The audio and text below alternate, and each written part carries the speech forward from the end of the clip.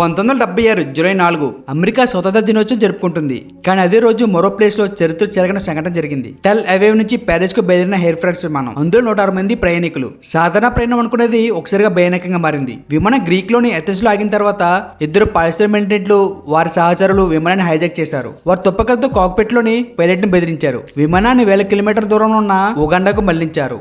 విమానం ఉగాండాలోని NTB international airport వద్ద land అయింది. అక్కడ అప్పటి ఉగాండా నాయకుడు ఈడీ అమీన్ హైజాకర్లకు సహాయం చేశాడు. అంటే ఉగ్రవాదులను ఆపకుండా వారికి రక్షణ ఇచ్చాడు. ప్రపంచం మొత్తం టెన్షన్ లో ఉంది. చర్చలు జరుగుతున్నాయి. కొన్ని దేశాలు అయితే ఇజ్రాయెల్ ఒత్తిడి తెచ్చాయి. టెర్రరిస్టుల డిమాండ్స్ అంగీకరించండి అని. కానీ ఇజ్రాయెల్ నిర్ణయం స్పష్టంగా ఉంది. ఉగ్రవాదంతో చర్చలు కాదు. అక్కడ ఎలైట్ కమాండోలు ఒక అద్భుతమైన అసాధారణమైన మిషన్ ప్లాన్ చేశారు. దాని పేరు ఆపరేషన్ ఎంటెపీ. దీనినే థండర్ బోల్ట్ అని కూడా పిలుస్తారు. ఇది సాధారణ రక్షణ చర్య కాదు. ఇజ్రాయెల్ నుండి ఉగాండా వరకు దాదాపు 4000 కిలోమీటర్ల దూరం వేరే దేశం భూభాగంలో శత్రు సైన్యం మధ్యలో కొన్ని నిమిషాల్లోనే ఆపరేషన్ పూర్తి చేయాలి. రాత్రి చీకటిలో ఇజ్రాయెల్ కమాండోలు కార్గో విమానంలో ఎంటెపీ చేరుకున్నారు. ఒక బ్లాక్ మెర్సిడీస్ కార్ లో దిగారు. అది ఈడీ అమీన్ వాహనం లాగానే కనిపించేలా ప్లాన్ చేశారు. అది చూసి మొదట ఉగాండా సైనికులు గందరగోళం గురయ్యారు. కేవలం 30 నిమిషాల్లోనే ఆపరేషన్ పూర్తయింది. దాదాపు హోస్టేజెస్ అందరినీ సురక్షితంగా బయటకు తీసుకొచ్చారు. ఇది ప్రపంచ చరిత్రలోనే అత్యంత సాహసోపేతమైన రెస్క్యూ మిషన్ లో ఒకటిగా గుర్తింపు పొందింది. కానీ ఆ విజయానికి ఒక భారీ మూల్యం చెల్లించాల్సి వచ్చింది. ఆ ఆపరేషన్ కు నాయకత్వం వహించిన కమాండర్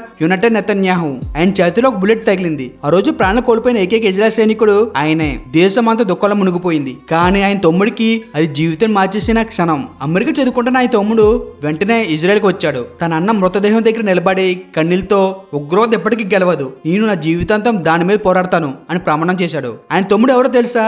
ఈ రోజు ఇజ్రాయెల్ ప్రధానమంత్రి బెంజమిన్ నెతన్యాహు. ఇప్పుడు అసలు విషయం. కొద్ది రోజుల క్రితం భారత ప్రధాని నరేంద్ర మోడీ ఇజ్రాయెల్కి వెళ్లారు. అక్కడ ఇజ్రాయెల్ ప్రధాని బెంజమిన్ నెతన్యాహు ఒక కొత్త ప్లాన్ చెప్పారు. ఆ ప్లాన్ పేరు హెక్సగన్ అలయన్స్. హెక్సగన్ అంటే 6 మూలల ఉన్న ఆకారం. అంటే 6 దేశాలు కలిసి ఒక టీంలో పనిచేయడం. ఈ టీంలో ఇజ్రాయిల్, ఇండియా, గ్రీస్, సిప్రస్, ఇంకా కొన్ని అరబ్ దేశాలు, మరికొన్ని ఆఫ్రికా దేశాలు, ఇవి కలిసి ఒక గ్రూప్ గా ఉంటాయి. ఈ గ్రూప్ ఎందుకంటే ఒక దేశం సమస్య వస్తే మిగతా దేశం సహాయం చేస్తాయి, ఉగ్రవాదంపై కలిసి పోరాడతాయి, కొత్త యుద్ధ టెక్నాలజీ ఒకరికొకరు షేర్ చేసుకుంటారు, ఒక దేశానికి వచ్చిన ముఖ్యమైన సమాచారం మిగతా దేశాలతో పంచుకుంటారు. సింపుల్ గా చెప్పాలంటే ఇప్పటి వరకు ఇండియాపై ఉగ్రదాడి జరిగితే ఇండియా ఒంటరిగా ఎదుర్కొనేది. కానీ ఇప్పుడు ఈ ప్లాన్ ప్రకారం ఇండియా ఒకటే కాదు, మొత్తం హెక్సగన్ గ్రూప్ కలిసి పనిచేస్తుంది. ఈ గ్రూప్ చెప్పేది ఒకటే, ఉగ్రవాదం ఇంకా ఉండకూడదు.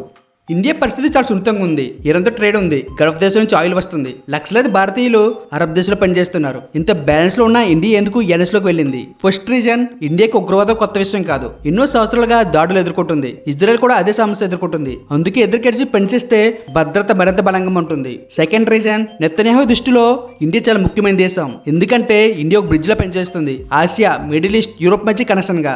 ఇండియా ఇప్పటికే యుఏఈతో స్ట్రాటజిక్ పార్ట్నర్షిప్ ఉంది. సౌదీ అరేబియాతో ఎనర్జీ సంబంధాలు ఉన్నాయి. క్వార్టర్తో గ్యాస్ ఒప్పందాలు ఉన్నాయి. ఇరాన్లోని చాబార్ పోర్ట్ ప్రాజెక్ట్ లో భాగస్వామ్యం ఉంది. అంటే ఇండియా ఒక దేశంపై ఆధారపడకుండా అందరితో సంబంధం కొనసాగిస్తుంది. ఇది చాలా స్మార్ట్ మూవ్. పాకిస్తాన్ తరచూ ముస్లిం దేశాలు మా వైపు ఉన్నాయని చెప్తుంది. కానీ ఇప్పుడు అదే అరబ్ దేశాలు ఇండియాతో పెద్ద పెద్ద వ్యాపార ఒప్పందాలు చేసుకుంటున్నాయి. ఇంకొక వైపు ఇండియా ఇజ్రాయెల్ తో కూడా భద్రత సహకారం పెంచుతుంది. థర్డ్ రీజన్, ఇండియా తనకు అవసరమైన చమురు పెద్ద భాగం గల్ఫ్ దేశం నుంచి తెచ్చుకుంటుంది. అంటే ఎనర్జీ విషయంలో ఆ ప్రాంతం చాలా ముఖ్యమైనది. ఇప్పుడు హెక్సగన్ అలయన్స్ ద్వారా చమురు సరఫరా మధ్యలో ఆగిపోకుండా భద్రత పెరుగుతుంది. కొత్త పోర్ట్లు, కొత్త రవాణా మార్గాలు ఏర్పడతాయి. ఇండియా, మిడిల్ ఈస్ట్, యూరోప్ మధ్య వ్యాపార మార్గం ఇంకా బలపడుతుంది. అంటే ఇది కేవలం సైనిక ఒప్పందం కాదు, ఇది ఒక ఆర్థిక గేమ్ ప్లాన్. సింపుల్ గా చెప్పాలంటే ఇప్పటి వరకు ఇండియా చమురు కొనుగోలు చేసే దేశం. కానీ ఇప్పుడు ఇండియా సరుకులు, ఎనర్జీ, వ్యాపారం వెళ్లే మార్గాల్లో కీలక దేశంగా మారాలని చూస్తుంది. ఇది భద్రత కోసం వేసిన అడుగు మాత్రమే కాదు, భవిష్యత్తు ఆర్థిక శక్తిగా నిలబడే దిశగా వేసిన పెద్ద అడుగు. ఫోర్త్ రీజన్, టర్కీ తరచూ పాకిస్తాన్ కు మద్దతు ఇస్తుంది.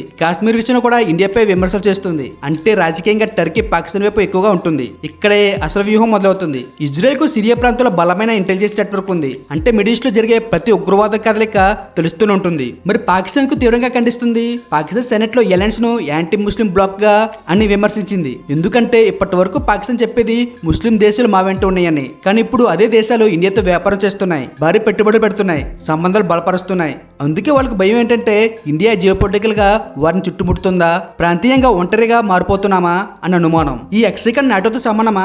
కాదు. నాటో ప్రధానంగా యూరోప్, అమెరికా దేశాల మధ్య భద్రత కూటమి. కానీ హెక్సగన్ అలయన్స్ మాత్రం మిడిల్ ఈస్ట్ ప్రాంతంపైనే దృష్టి పెడుతుంది. అంటే ఇది నేరుగా నాటోకి పోటీ కాదు. కానీ ఒక పెద్ద మార్పు ఏమిటంటే ప్రపంచం ఇప్పుడు ఒక శక్తి ఆధిపత్యంలో లేదు. చిన్న చిన్న ప్రాంతీయ బ్లాక్స్ గా ఏర్పడుతున్నాయి. ప్రతి ప్రాంతం తన భద్రత కోసం తన గ్రూప్ ఏర్పాటు చేసుకుంటుంది. ఇదే మల్టీపోలర్ ప్రపంచం. ముందు చిన్న దేశాలు పెద్ద శక్తుల వెనక నిలబడేవి. ఇప్పుడు వాళ్ళకి అర్థమైంది పెద్ద దేశాలు సెక్యూరిటీ పేరుతో వాళ్ళని దోచుకుంటున్నారని. అందుకే ఇప్పుడు దేశాలు ఇలా ఆలోచిస్తున్నాయి, మన భద్రత మనమే చూసుకుందాం, మన ప్రాంత సమస్యలు మనమే పరిష్కరించుకుందాం. బయట శత్రులపై పూర్తిగా ఆధారపడకూడదు. ఎక్స్‌గిర్ అలయన్స్ కూడా అదే దిశలో ఒక అడుగు వేసింది.